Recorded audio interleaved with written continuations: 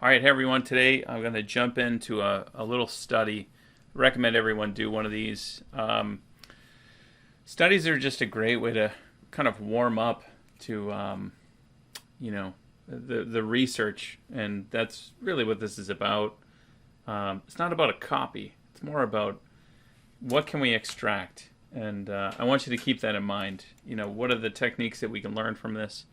I'm painting on a white canvas because most likely Monet painted that way. At a first step like this, like a little study, I don't even think you need to worry all that much about following any rules or anything. So if you want to paint on a tone canvas, paint on a tone canvas. I'm actually just going to tone it because that's going to allow me to kind of find the drawing. But I'm going to try to do something like, I don't know, 6x8, and that will, keep it not too big, not too small. I have a flat, 9100 long flat number 6 from Triquel. Just a brush I had around. So you're welcome to, of course, follow suit. But if you don't have it, then just grab a brush. Try not to let anything get in your way about supplies and stuff like that. Part of my thinking on all this is like, yeah, well, we're going to do some research. We're going to jump into, what I recommend, thinking about how the artist worked. But then at the same time, don't let it hold you back. If somebody had a obscure color that's really hard to find, just paint. So I'm going to just cover it with a little bit of burnt umber, and that's just going to even warm me up. I mean, I'm glancing my eyes back and forth at the setup, and that just allows me to kind of think about the proportion.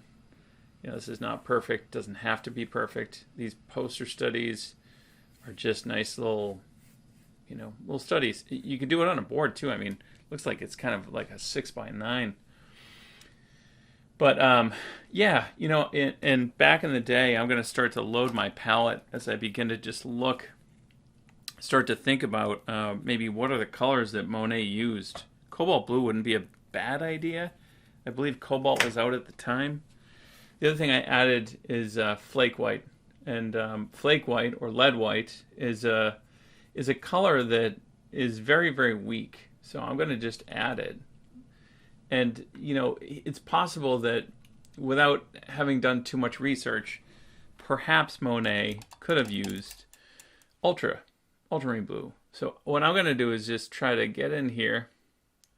I'm just going to, look at that, looks dark because it's mixing with the burnt umber underneath. So what that does, the beautiful thing, is it's going to force me to grab more paint. But I also am just trying to get the drawing at the beginning. And don't worry so much about the drawing. That doesn't have to be perfect either. What's fascinating about when you begin to work with lead white. Lead white is this kind of very hard to describe. Soft color, I think, is how I typically like to think about it. Soft in the sense that it is not like titanium white. It's so different from titanium white. So titanium white, let me see if I can get a little on there, just show you the difference. Here's titanium. Titanium will cover that right up. And, flake or lead white, sometimes referred to as silver white. And silver white is, it's just soft. Hard to describe it unless you've used it, but watch this. The covering power of something like titanium, look at that. It changes even the hue. If we bring this up, stays a little bit more in the blue. And then if we were to add it on the top, it's probably going to cover a little bit more. Doesn't mean you have to go find lead white if you don't want to. And you can totally use whatever you have at the beginning. But again, this is the gather layer. I'm going to see if I have ultra, because a painting can move wherever the heck you want it to at this point. I'm not going to add phthalo on. I can never find my ultra. So I'm going to just stick with the cobalt. Cobalt's actually very similar. It could even be cerulean. But see, that's the whole point here, is to warm up the eyes and begin to kind of think, like, what did Monet use when he was painting? All right, and now we have yellow ochre. I'm just going to pop some on there. The painting doesn't seem all that elaborate. There we go, manganese violet. I know, I'm pretty sure that these artists were using cobalt violet. I just don't have it readily available to me right now. I do have it. All right. So at the beginning, I'm just going to do it loosely too. Don't get sucked into making a perfect little poster study. The point of this is just a little sketch. You can even keep it white if you feel like that's going to help. On white canvas and not add the tone, but, you know, add the tone. See what happens. You know, the whole point of all these to me is very, very experimental. All right, pop that up here. Play around with the two of these. See which one I want to use. All right, there we go. Titanium is stiff. You can get like an impasto with it. Not that I want to get there yet. There we go. And the thing to notice, even on a little poster study like this, is that Monet is, you know, it's phenomenal, the textures that he's getting. But here we have this up and over. This comes down. This over. Now I did a painting of a cathedral. I'm sure I was looking at Monet at the time. I've always loved Monet. Definitely one of my favorites. But I did one in college that was probably pretty similar to Monet's. And I just remember being able to play with the color. And I really loved it because at the time, looking at the Impressionists a lot. All right, let's get... This is the good thing about this. You kind of spackle it on. But this is where we're going to, if you're doing a Monet, I think this is where Monet is with like building texture on texture. So I'm going to try to just get some of these textures in at the beginning. Yellow ochre, flake white.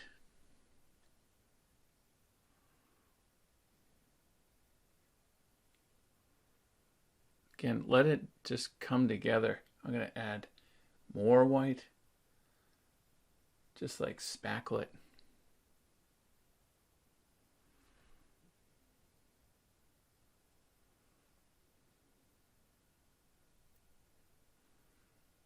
Now, if you did this on white, you probably wouldn't see it. And I think Monet probably got some of his textures from, you know, painting over multiple sessions. So I'm going to just see what I can get in this one session, of course, and limit yourself. I mean, if you're detail oriented and you're always trying to make beautiful, beautiful things, this is just like sketching in a sketchbook. It's like just let go. That's the whole point of these. Just make marks and embrace the exploration side of it. You know, don't worry about always making good stuff.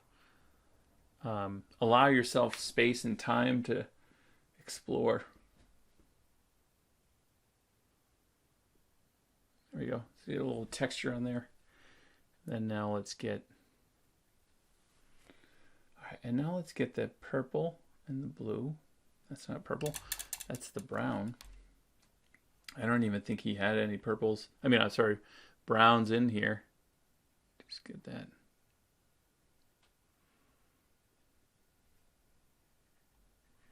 And if it's wrong, who cares? Just leave it. You know, I'm gonna move this. You can move it all you want, or you may find that you know, if you're open and you're not just in the mode of like making a copy. Is there something that, yeah, crap, I made a mark. Maybe that'll fit in with a different painting, you know, and then you're actively looking. So stay open. All right. And it doesn't have to be like detail oriented, as I said.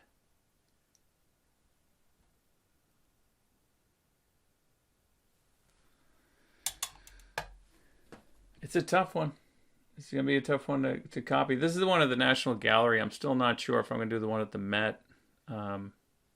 Because the Met is harder to get a high res. They've gone through a different source of I forget what gosh, there's two of the big ones and they're using one of them. I forget the name of it. ArtRes, that's what it is. All right, so let's get in here. Let's get a little bit more blue up here. So I kind of found the palette, I feel, up in this little range of, but it's pastel-y, like that's too dark. It's okay though. All right, let's get back in here.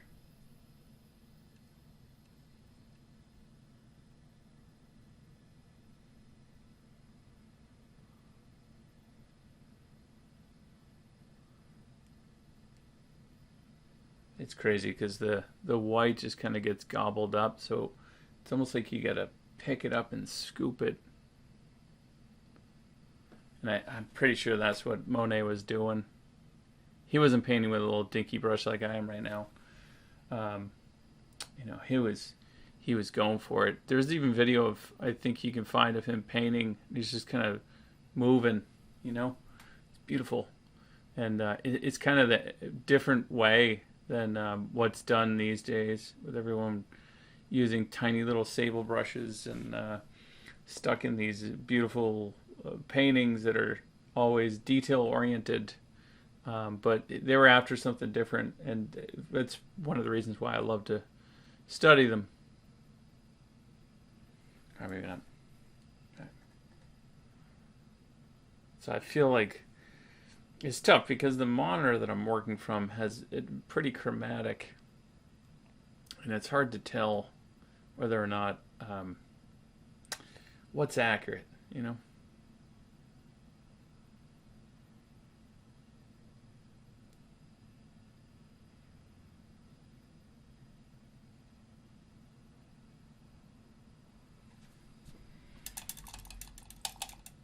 All right.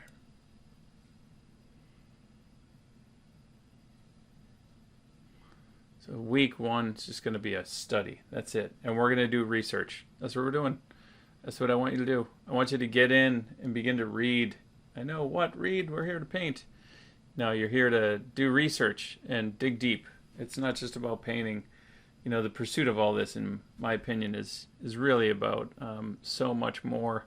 I encourage you all to do that. That's what I'm going to ask you to do. And, you know, I think you'll enjoy it. You're going to find out a lot about the artist. And I think it's just going to inform so that it's not just, you know, some kind of a just a copy for copy's sake and just leave it. I want you to really think about it. All right. Kind of find the drawing in there. It's so fascinating because maybe I'll put some titanium white out. I think I'm gonna, because it's not covering, and it's hard to get the sense of what he was doing in this one study. Let me just see if I can spackle that over there and pull it in, and maybe this will a little bit more. There's a pull to it too. It's fantastic. Yeah, because I feel like lead white kind of glides.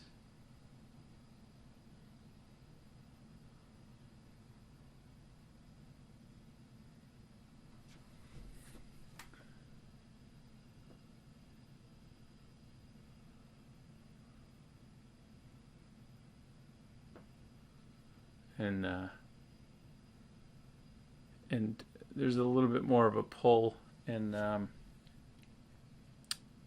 titanium.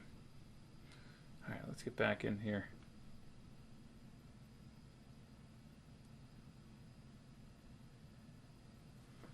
All right, so it looks like there's a little bit of even orange in there as well. I think it's probably cat red light. Although, well, hard to speculate. I'm going to do a little research after this, but I wonder, there's a color very similar called minium. I wonder if that's what he was using. You know, and it's in this very, very high key.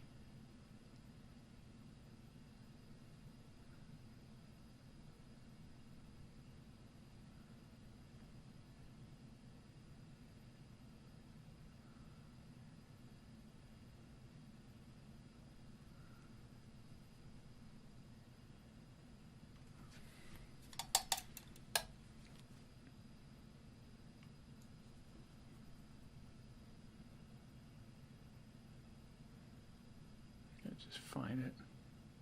Find the color.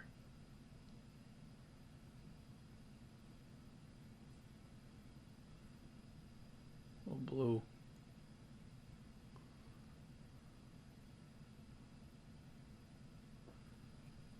Get it lighter.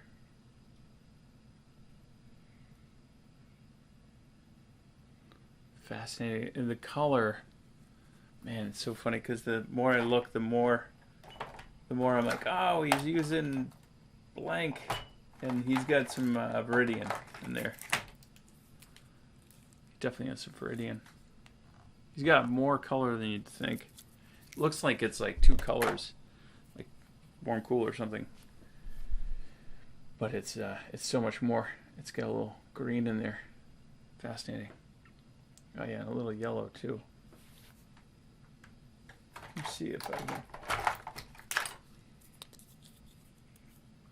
Oh yeah, it's almost like your eyes are adjusting when you get up and go to the bathroom or something. You know, like the more I look, the more I see these subtle variations of color in there that are just matched kind of to value. Fascinating, you know, and this is worth its weight in gold to come in here and spend a little time just staring at it. This is the prep, you know, before we do the copy. So gathering details, remembering it, you know, what have you found, what do you think, you know, that kind of thing.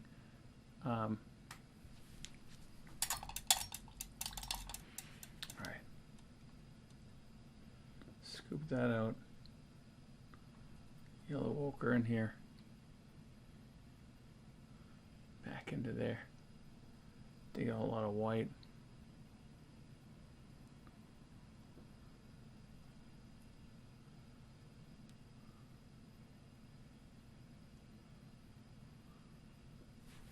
Put out more white. So put it over here.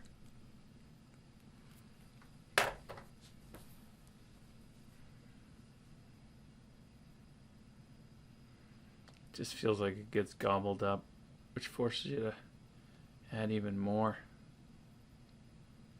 Look at that. Just like spackle.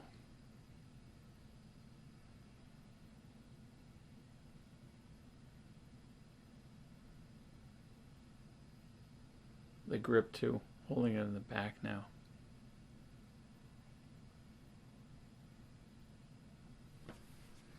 All right.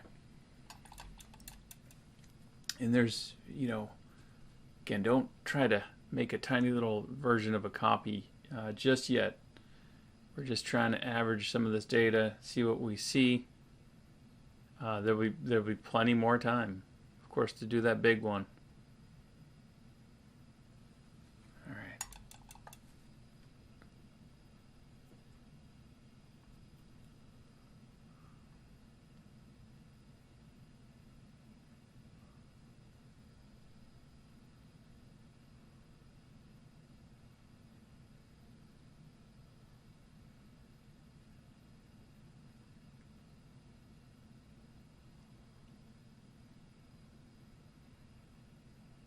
It's an interesting thing there. It's pulling up like globs or boogers from, you know, dried paint that's sitting on the cap. And yeah, that's it. That's interesting.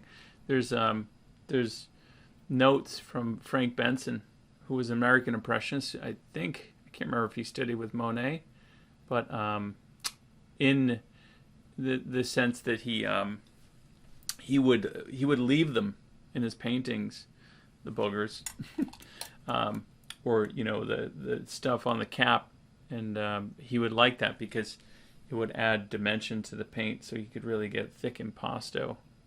So again, perfect place to experiment. Doesn't mean, if you don't like it, then move on.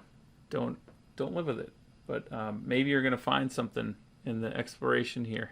Look at that. There's a booger right there, just stuck, and it gets like that sense or the feel of a Monet kind of dragging on the building something. So experiment, try, play.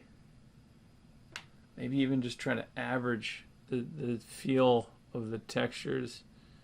You can even go for like more of a bigger kind of global play. There it is in the green up in there. He's got just green down in there. Right there.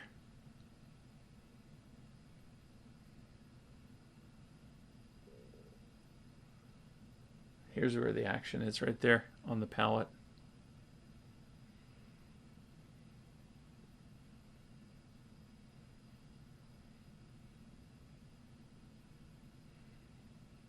There we go.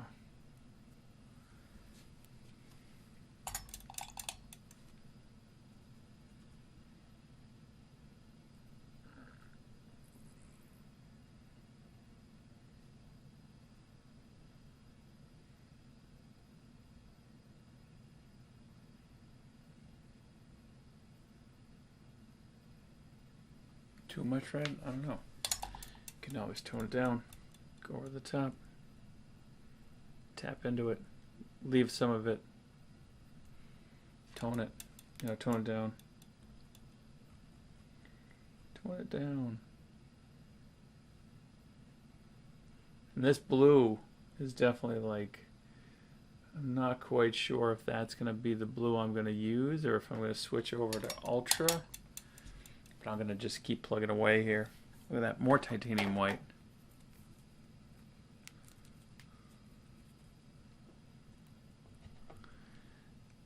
Use the tube, who cares? You're going to find that you're going to use a lot if you're doing a Monet in the next step anyway.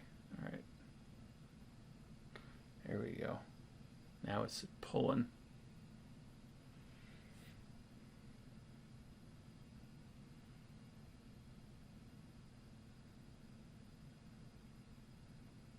See those marks right there? Look at that.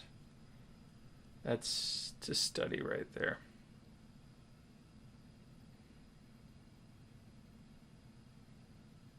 That big glob. Pull it.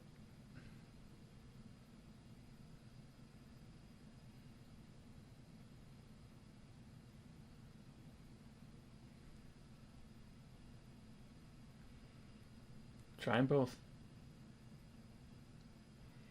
Interestingly, the color of this will turn yellow over time anyway. That's what happens with lead white. Spackle it down there.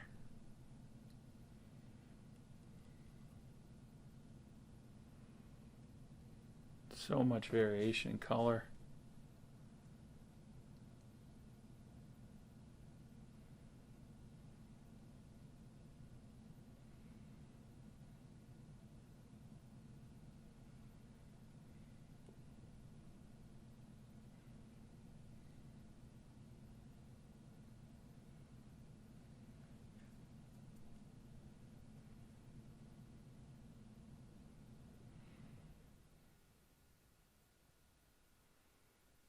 I love manganese violet.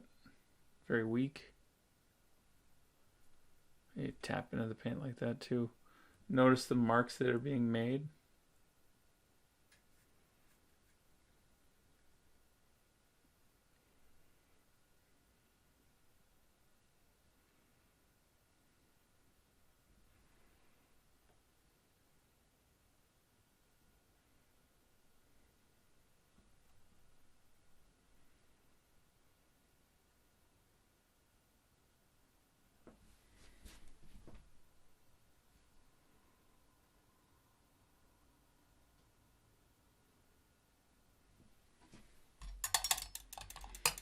even like in its abstraction like this, it's kind of cool.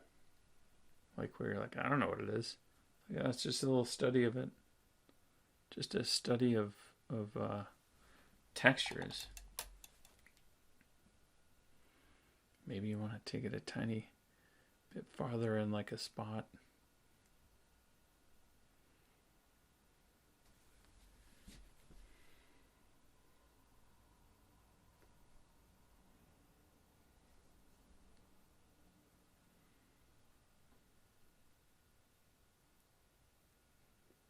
There you go. That's interesting.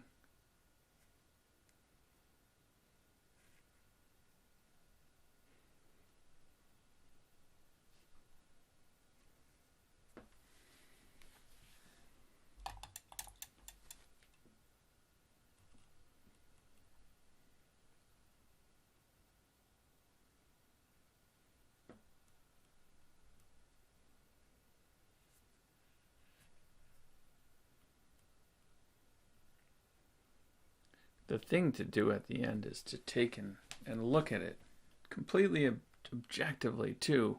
Not just like you've got your extraction. And don't think of it as like, as a painting of a copy of a Monet. It's like, have you pulled the spirit from the painting? What have you learned? That's always the question here. What have you learned? And that's what I want you to think about. Like, what have we extracted? That's the important part.